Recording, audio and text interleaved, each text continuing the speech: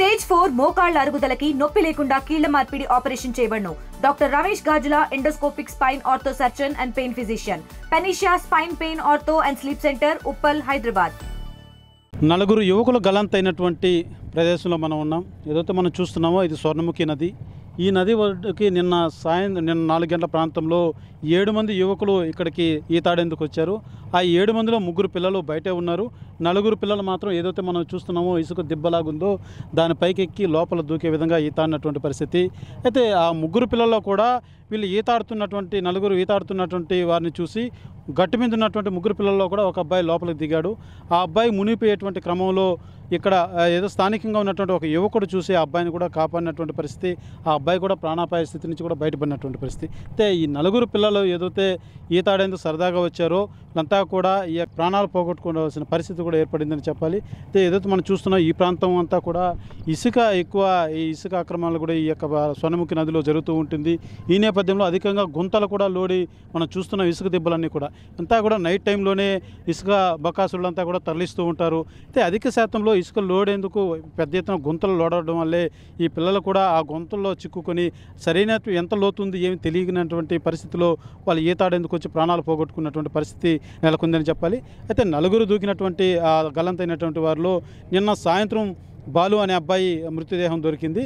అయితే ఇవాళ ఉదయం బాడీలోతే దొరకడం జరిగింది. ఇంకొక అబ్బాయి ఆచూకీ పూర్తిగా కానరాలేదు. అయితే ఎస్డీఆర్ఎఫ్, ఇటు ఫైర్ సిబ్బంది, అదేవిధంగా పోలీసులు, గజ ఈతగాళ్ళు ఉదయం నుంచి కూడా తీవ్రస్థాయిలో శ్రమిస్తూ స్వర్ణముఖి నదినంతా కూడా జల్లెడ పడుతున్నారు. అయితే ఎక్కడే కానీ ఆచూకీ మాత్రం జాడ కనపడడం లేదు. అయితే ఎస్డీఆర్ఎఫ్ బృందాలు మొత్తం 25 మంది వరకు టీం వచ్చినట్టుగా కూడా తెలుస్తుంది. వీరంతా కూడా వెంకటగిరి చెందినటువంటి బెటాలియన్గా తెలుస్తుంది. అయితే నైటే చేరుకున్నారు. నైట్ వర్షం కావడం కూడా అధికంగా ఉండడం, అదే రకంగా చీకటి కావడంతో కొంత గాలింపు చర్యలకు అంతరాయం ఏర్పడింది. ఈ నేపథ్యంలోనే ఉదయం నుంచి కూడా ఈ యొక్క గాలింపు చర్యలతో సాగుతున్నాయి. ఇక్కడికి ఎస్పీ, అదే రకంగా స్థానిక ఎమ్మెల్యే, ఉన్నత అధికారులంతా కూడా ఇక్కడ చేరుకోవడం జరిగింది. ఆ మృతి చెందినటువంటి ఆ మృతుల కుటుంబాలు కూడా ఎమ్మెల్యే వాళ్ళు వెళ్ళి ఓదార్చినటువంటి పరిస్థితి. ప్రభుత్వానికి కూడా తెలియజేశాం, వాళ్ళకి ఆర్థిక సాయం చేసేలాగా కూడా ప్రయత్నిస్తామంటూ కూడా ఎమ్మెల్యే తెలియజేసినటువంటి పరిస్థితి. అయితే సరదాగా వచ్చినటువంటి ఆ పిల్లలు ప్రాణాపాయ స్థితికి ప్రాణాలే పోగొట్టుకున్నటువంటి పరిస్థితి.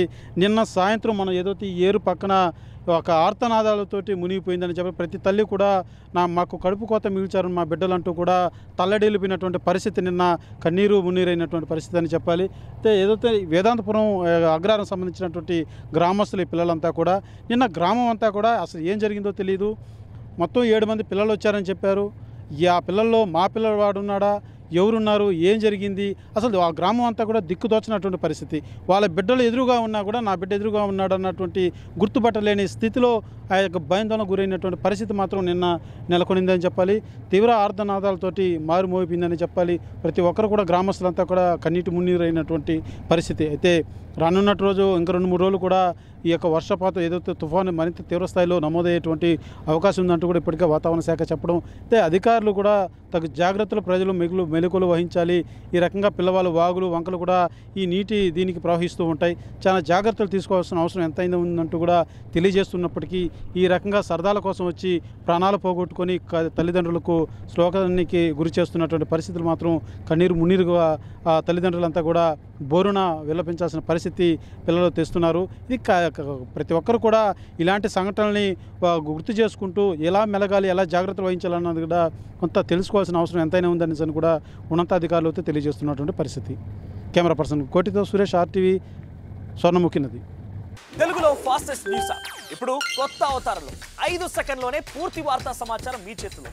సోషల్ మీడియా ట్రెండ్స్ మీ కళ్ళ ముందుకే live TV and voice search ఆప్షన్స్తో ఇప్పుడే డౌన్లోడ్ చేయండి. యాప్ లింక్ డిస్క్రిప్షన్లో ఉంది.